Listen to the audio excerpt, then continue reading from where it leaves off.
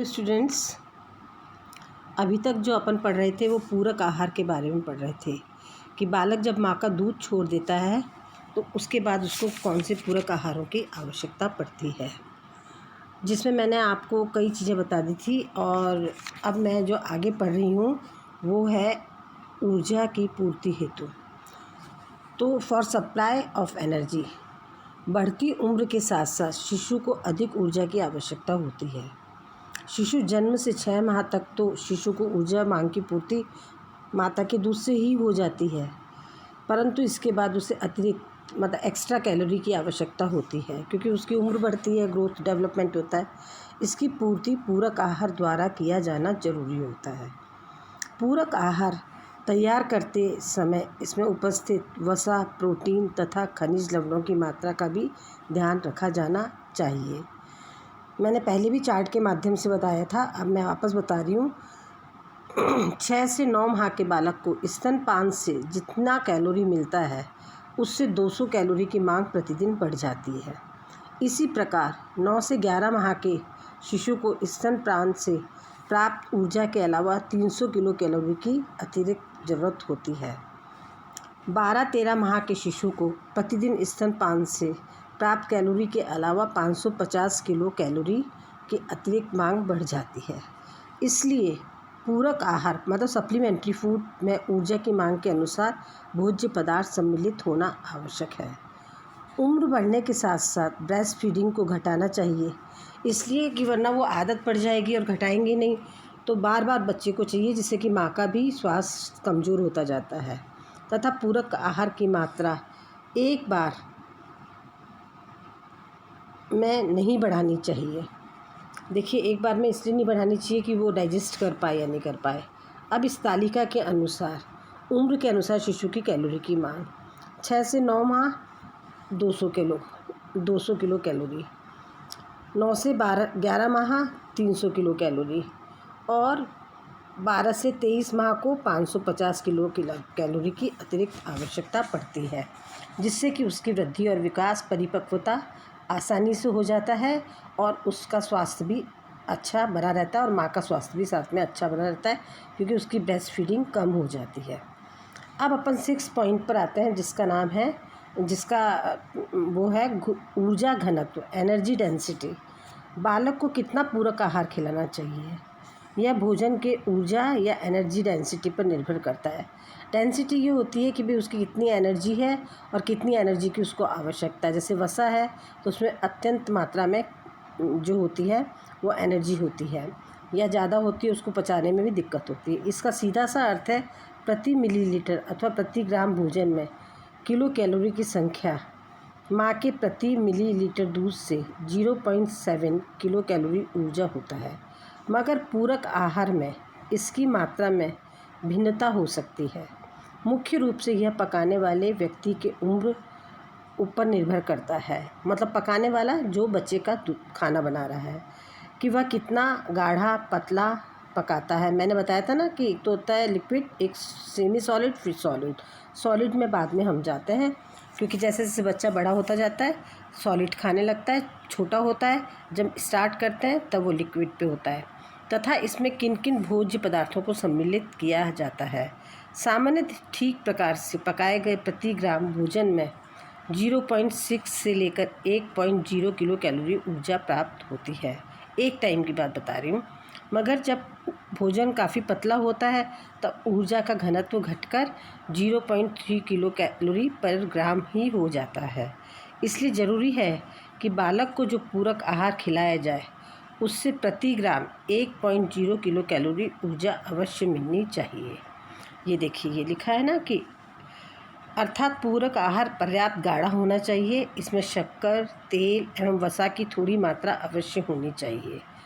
पूरक आहार में माँ के दूध की तुलना में अधिक ऊर्जा होती है, इसलिए बालक को थोड़ी मात्रा में ही पूरक आहार देना चाहिए।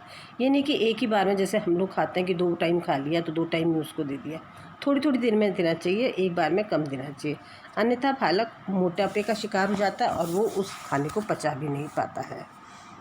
इसके बाद में अब आप देखिए कि जब शिशु पूरक आहार लेना प्रारंभ कर देता है तो धीरे धीरे उसकी रुचि स्तनपान से कम होने लगती है, क्योंकि उसका पेट भर जाता है तो वो कम हो जाती है, लेकिन आदत तो उसकी होती है, वह स्वाद लेकर नए नए भोजन को खाता है। इसलिए पूरक आहार में सभी पूरक तत्वों से परिपूर्ति भोजन को सम्मिलित करना चाहिए, जिसमें लौह तत्व, calcium, vitamin A, C, B समूह, फोलेट तथा अन्य सूक्ष्म पोषक तत्वों की पर्याप्त मात्रा होनी चाहिए। मगर आहार मिर्च मसालेदार चटपटा नहीं होना चाहिए, क्योंकि वो उसके लिए ठीक नहीं होता। अब देखिए, सामान्य माताएं पूरक आहार में मुख्य भोजन का ही इस्तेमाल करती हैं। मुख्य भोजन जो होता है वो आहार में अनाज, जड़ तथा कंद वाली सब्जियां एवं फल होते हैं, जिससे बालक को मुख्य रूप से कार्बोहाइड्रेट की प्राप्ति होती है। अन्य पोषक तत्वों की कमी भी रहती है। इसलिए पूरक आहार में मुख्य भोजन के अलावा प्रोटीन युक्त भोजन जैसे मांस, मछली, अंडा, सोयाबीन का उत्पाद जो कि प्रोडक्ट्स होते हैं आदि दिया जाना चाहिए। इसमें प्रोटीन भी हो जाता है, लौह तत्व भी हो जाता है, कार्बोहाइड्रेट भी हो जाते हैं, इसलिए देना चाहिए। और नॉनवेज के लिए मांस, मछली, अंडा, इसमें प्रोटीन, लोहा, लिंक की बहुत ज़्यादा मात्रा होती है। यकृत में विटामिन ए तथा फोलिक एसिड होता है। अंडे के पीले भाग में प्रोटीन तथा विटामिन ए भरपूर मात्रा में होता है, मगर इसमें लौह तत्व की कमी होती है। जितनी भी सफ़ेद चीज़ें होती हैं, मुझे लगता है उसमें लोहे की कमी होती है। जैसे दूध होता है, कितना इम्पॉर्टेंट होता है, उसमें भी लोहे की कमी होती है।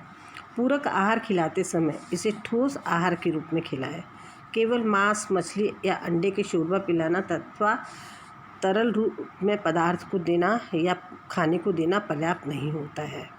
तो ये तो अपन ने पढ़ा था कि जो डेंसिटी है, एनर्जी डेंसिटी। अब अपन आते हैं लोहे पर। लोहा जो कि अत्यंत महत्वपूर्ण है। शिशु के उम्र के बढ़ने के साथ ही लौह तत्वों की मांग बढ़ती है।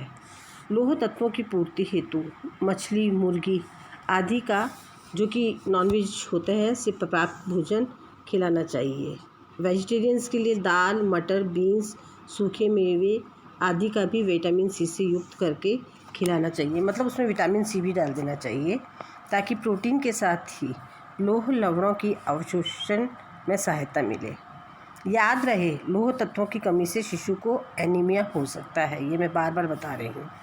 बालक काफ़ी कमज़ोर और सुस्त हो जाता है। इसमें रोगों से लड़ने की शक्ति कम हो जाती है। वे शीघ्र ही रोगों के शिकार हो जाते हैं। इसलिए शिशु के पूरक आहार में लोहा होना अत्यंत आवश्यक होता है। याद रहे, एक अच्छे पूरक आहार में कैलोरी, प्रोटीन, सूक्ष्म पोषक तत्वों की प्रचुर उपलब्धता होनी चाहिए। मतलब सभी प्रकार के जो पोषक तत्व होते हैं वो जैसी उसकी आवश्यकता है उसकी बॉडी के हिसाब से उसको देना चाहिए। अब अपन आते हैं कैल्शियम पर। कैल्शियम जो होता है, मैंने ज़्यादातर देखा है कि वो सफ़ेद पदार्थों में ज़्यादा मिलता है। जैसे दूध तथा दूध से बने पदार्थ कैल्शियम के अच्छे स्रोत होते हैं।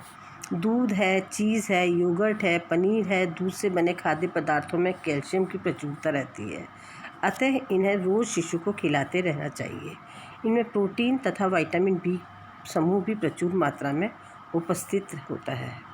अब अपन आते हैं आयोडीन पर। आयोडीन विश्व स्वास्थ्य संगठन तथा यूनिसेफ ने आयोडीन की पूर्ति एक यूनिवर्सल सॉल्ट आयोडाइजेशन को सर्वथा उपयुक्त माना है। यह सबसे सुरक्षित है, इसमें कोई साइड इफ़ेक्ट नहीं होता है। अतः शिशु के पूरक आहार में सामान्य नमक का प्रयोग नहीं करके आयोडाइज्ड नमक का ही प्रयोग करना चाहिए। शिशु के मानसिक विकास में आयोडाइज्ड नमक जो होता है वह अत्यंत महत्वपूर्ण होता है। अब अपन आगे जब देखते हैं तो ये देखते हैं कि धात्री माता तथा गर्भवती माता में के आहार में भी आयोडाइज्ड नमक का ही प्रयोग करना चाहिए। आपने देखा होगा कि आजकल जो आते हैं कि आयोडीन युक्त नमक, तो उसमें आर्टिफिशियल तरीके से आयोडीन मिला दिया जाता है ताकि हम सबको आयोडीन प्राप्त हो सके, और शिशु को तो प्राप्त होता ही है। आयोडीन की कमी से बालक का मानसिक विकास प्रभावित होता है, वह मंद बुद्धि हो जाता है। आयोडीन की कमी से थायराइड, गलघंट जैसे रोग भी हो सकते हैं। NRC USA ने यह प्रस्तावित किया है कि 0 से मतलब जन्म से 5 माह के शिशु को 0.4 mg पर डे तथा 6 से 1 वर्ष के शिशु को 0.5 mg आयोडीन की प्रतिदिन ज़रूरत होती है। तो ये अपन ने जो पढ़ा, तो ये जो पूरक आहार था इसको बनाने की विधि और ये सब अपन को देखना है, और बनाने की विधियाँ क्या होती हैं और किन किन तरीके से उनको बना सकते हैं। वो कई तरीके हैं जो कि आपके आगे के सिलेबस में आएंगे, वो मैं आपको पढ़ाती रहूँगी। और अब जो अपनी क्लास होगी वो विटामिन ए से स्टार्ट होगी। तब तक के लिए थैंक यू बेटा।